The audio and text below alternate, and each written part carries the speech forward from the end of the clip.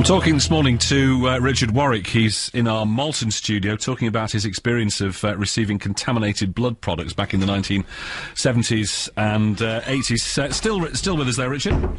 Yes, still here. Jolly good. I can hear doors opening and closing in the background as we speak.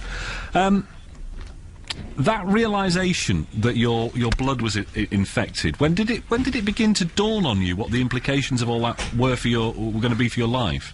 Oh, well, I was told in '98. My wife at the time, well, we were both absolutely devastated at the time, we were told, and apparently I'd actually been infected prior to that as well, so there was a delay between being infected, obviously, and told in 1988 that I was HIV positive.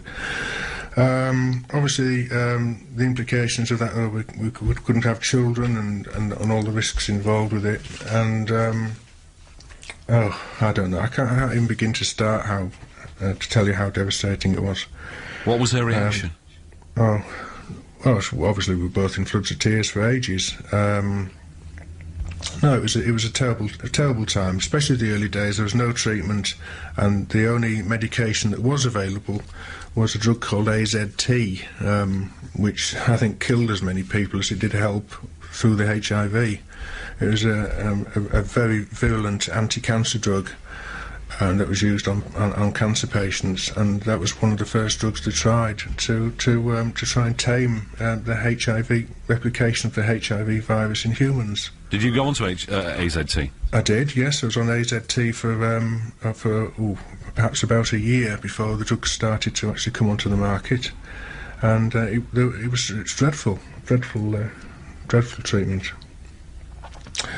Yeah. What about the business of keeping it a secret? You said, that you were I think we can probably all remember the day. Well, those of us a certain age can remember the words "AIDS scum," as the expression you used a few minutes ago, scrawled on walls. Sure. That's right. I mean, haemophiliac friend, one particular haemophiliac friend of mine had that daubed on his house. I mean, he didn't have AIDS. He just had HIV, which is obviously the virus that leads up to AIDS. If you get bronchial pneumonia, that's actually when the AIDS can take hold and destroy your immune system and cause death. But I haven't really spoken to anyone outside my family up until today, and the only reason I've really come on the programme today was because I was actually called by a Knaresborough MP last week. There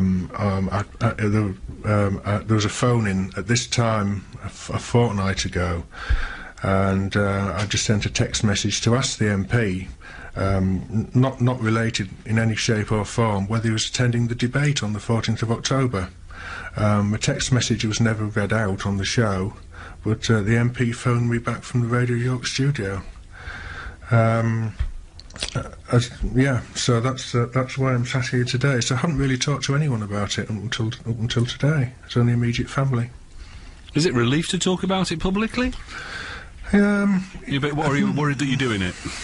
No, I'm not worried I'm doing it. I mean, those of us that are still alive and living with this condition, and conditions rather, I mean, we all talk freely to each other anyway, so no, I'm not bothered anymore. It's I suppose it is a bit of a weight off my shoulders to talk about it now, yes. We will talk about it a bit more in just a moment or two if we can. Okay. I'd like to know more about the debate and exactly what the campaign is about. Let us return to my special guest in our Malton studio this morning, Richard Warwick. I don't really feel we got to the bottom of what happened with your relationship with your wife. You discovered after you had married her that you were HIV positive. No, before. Before, right? Before we got married, yeah. Before you got married. Yeah. Have you passed the HIV infection to her? No. No, you haven't. I mean, that must have been the panic. Absolutely, yeah. I mean, bad enough to have it yourself, but to actually inadvertently give it to somebody you love very much. There are many haemophiliacs that have passed it on to their wives and the children, and wives have died and children have died, but there are so many widows now or as you can imagine, haemophiliacs that have died of HIV and AIDS, and have left behind widows with no support, no money, no income. They've had their houses repossessed because the earners, the husbands, obviously died, and they haven't been able to keep up with payments. There were orphans, children. We're talking about husbands here because haemophilia is a disease that's passed on through the male, well, it's passed on through the female line, but it affects the men. Is that right? Yeah, that's correct. Yeah, I mean, so we've not got widowers about. It's it's widows. It's widows, widows, children, and orphans. Just trying to make the point. We're not being sexist here. We're not. No. But it's just the way the disease is passed on. That's right. The amount of I mean, there are haemophiliac women, in a few instances, haemophilia can actually be contracted by women, but it's mainly the widows. I mean, you can imagine all those haemophiliacs that have died and left behind families, and they don't have any income whatsoever, and to this day they haven't been compensated in any shape or form or given any financial support. And is that what this debate in the Commons is about? The debate in the House of the Commons, in the House of Commons, is basically on compensation for NHS blood contamination. In 2007, Lord Archer of Sandwell, set up a privately funded public inquiry into what had been going on over the years, and the fact that the government hadn't lifted a finger to help these people. Basically, they kept brushing the whole issue under the carpet and into the long grass. And I suppose that the thinking at the time was, okay, one person is dying every month, let's just hang on a bit longer and see how many die. What you have to remember as well is that haemophiliacs, at the time that AIDS was coming into the limelight and into the public domain, the government's health service didn't have a group in which they could test these viruses out on, and as it happened, haemophiliacs were. It was very useful that haemophiliacs were sort of a self-contained captive group of patients that they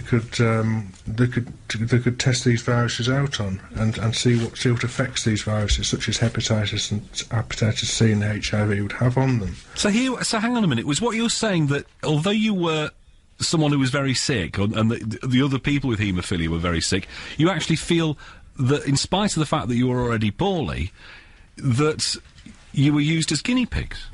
Well, that's basically exactly what happened. Haemophiliacs... Deliberately or inadvertently?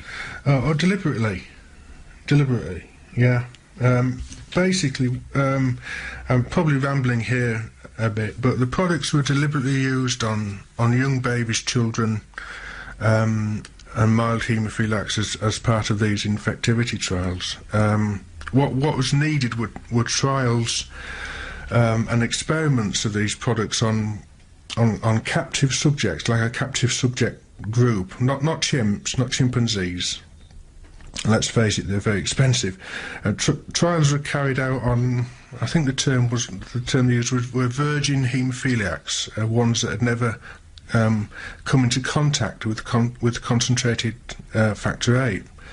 And as I say, haemophiliacs were a very convenient group of patients, available, unsuspecting, and they were the perfect captive study group because they were a group with a very long comprehensive medical history and records, and the results of those tests and the death rates and deterioration of health was monitored closely in developing drugs to treat HIV in the future. And I can remember, my mum particularly can remember receiving a letter from the Disabled Kids College I went to in Hampshire, asking her permission if it was okay to conduct trials on her son in the college regards treatment, new treatment for AIDS, and actually controlling the HIV virus, and she actually refused. And whether actually got any of that, was involved in any of those trials, I don't know to this day. An extraordinary situation you've been in, really, in your life.